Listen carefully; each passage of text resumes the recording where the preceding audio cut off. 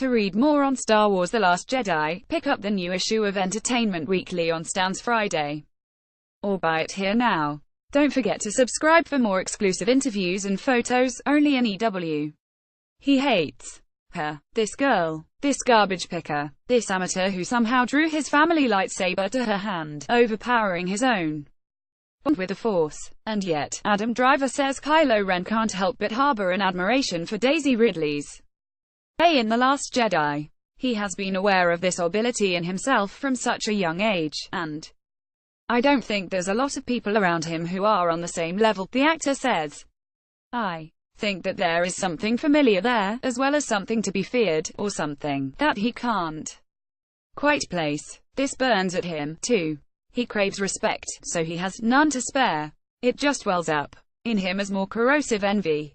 Rey is unburdened by these distractions. She doesn't think anything about him at all. The dynamic between them, the dark and the light, pushing and pulling at each other, is the heart of the December 15th film, and although they are on opposite sides, their fates are still interlocked. That's why writer-director Rian Johnson paired them on the first of EW's 4 covers devoted to the movie. Ed Miller, copyright 2017, Lucasfilm Limited.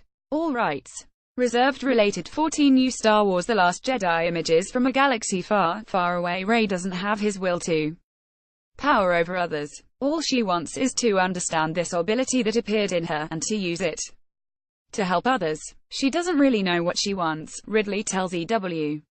She really is trying to do the right thing, and morally, her compass is really pointing north. But that she could still be led astray. The resistance is really not that much to her, the actress says. I mean, she's been left her whole life, and very quickly is eager to sort of help other people, which is wonderful. She wants to be part of something. I mean, everyone wants to be part of something.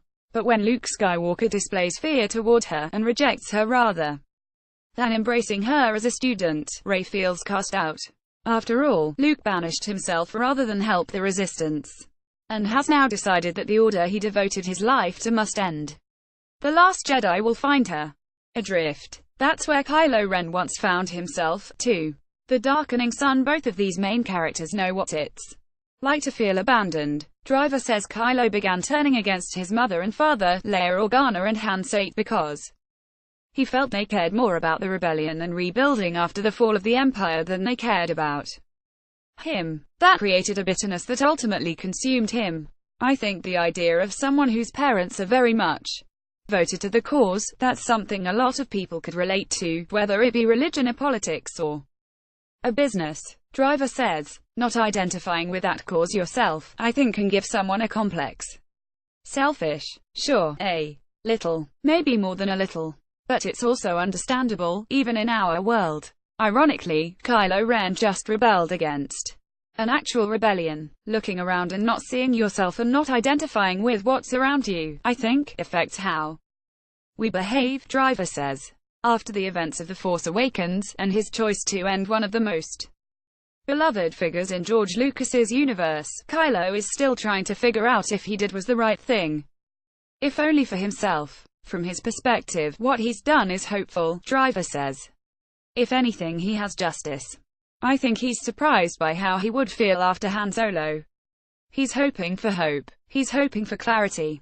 Is redemption possible? There's a big part of the story yet to be written, and not by me, says Johnson, who will hand the trilogy back to The Force Awakens filmmaker J.J. Abrams for 2019's Episode 9.